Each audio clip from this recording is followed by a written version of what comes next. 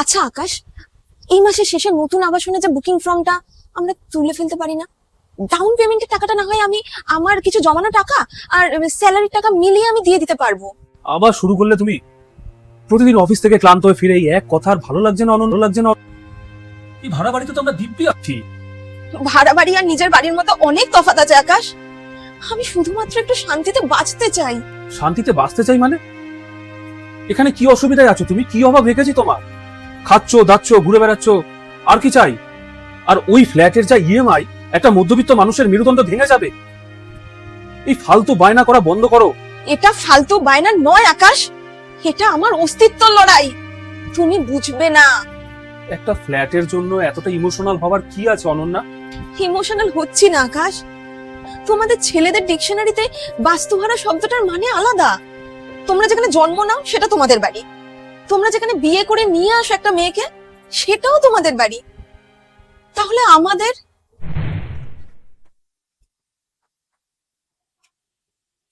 এই মেয়ে, তুই কি করছিস দেয়ালে?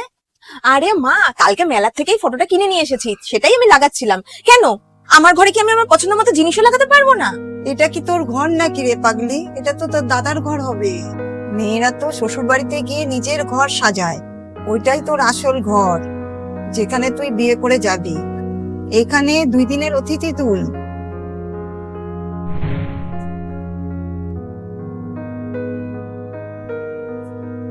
বোমা, পর্দাগুলো তুমি চেঞ্জ করেছো কেন?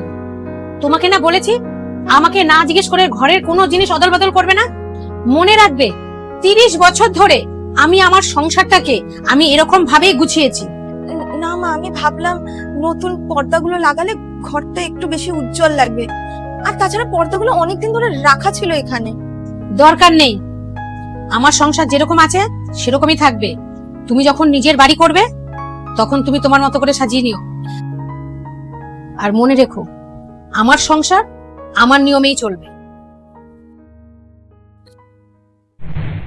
বাপের বাড়িতে শুনতাম যে মেয়েরা নাকি পরের বাড়ির সম্পত্তি, এটা তোমার দাদার ঘর, দাদার বাড়ি। যখন বিয়ে করলাম তখন শুনলাম কি জানো, এটা আমার 30 বছরের সংসার, এখানে তোমার কোনো নিয়ম চলবে না। আর তুমি ভাড়া বাড়ির কথা বলছো, এখানে তো সবসময় আমি ভয়ে থাকি যে কোন সময় বাড়িওয়ালা এসে এটা না বলে ঘর ফাঁকা করে দাও। তাহলে বলতে পারো আকাশ, তাহলে আমার বাড়ি কোনটা? আমি কোন মাটির উপরে দাঁড়িয়ে আছি? একটা কথা বলবো আকাশ, আমার রাজপ্রাসাদ চাই না।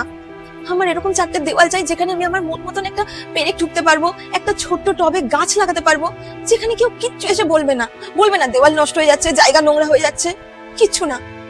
আমি নিজের পরিচয়ের একটা ঘর করতে চাই, যেটা আমি বুক ফুলিয়ে বলতে পারবো এটা আমার বাড়ি, আমার ঘর। তুমি আমায় ক্ষমা করে দাও অনন্যা, ভুলটা আমারই। আমি এতদিন শুধুমাত্র টাকার অঙ্কটা দেখছিলাম, তোমার মনের এই একাকিত্ব আর শূন্যতাটা আমি দেখতে পাইনি গো। আমি আমি তোমায় কথা দিচ্ছি, এখন থেকে তুমি আর একা নও, আমিও তোমার সঙ্গে আছি। আজ থেকে এই স্বপ্ন শুধু তোমার একার নয়, আমাদের দুজনের। আমি কথা দিচ্ছি তোমার, কালকে সকালেই আমরা দুজন গিয়ে ফর্মটাও তুলবো। এখন থেকে আমরা খরচ কমাবো, দুজনে মিলে খাটবো, তাও আমরা নিজেদের মাথার উপরে একটা আকাশ তৈরি করবো অনন্যা, যেখানে রাজত্বটা শুধু তোমার হবে।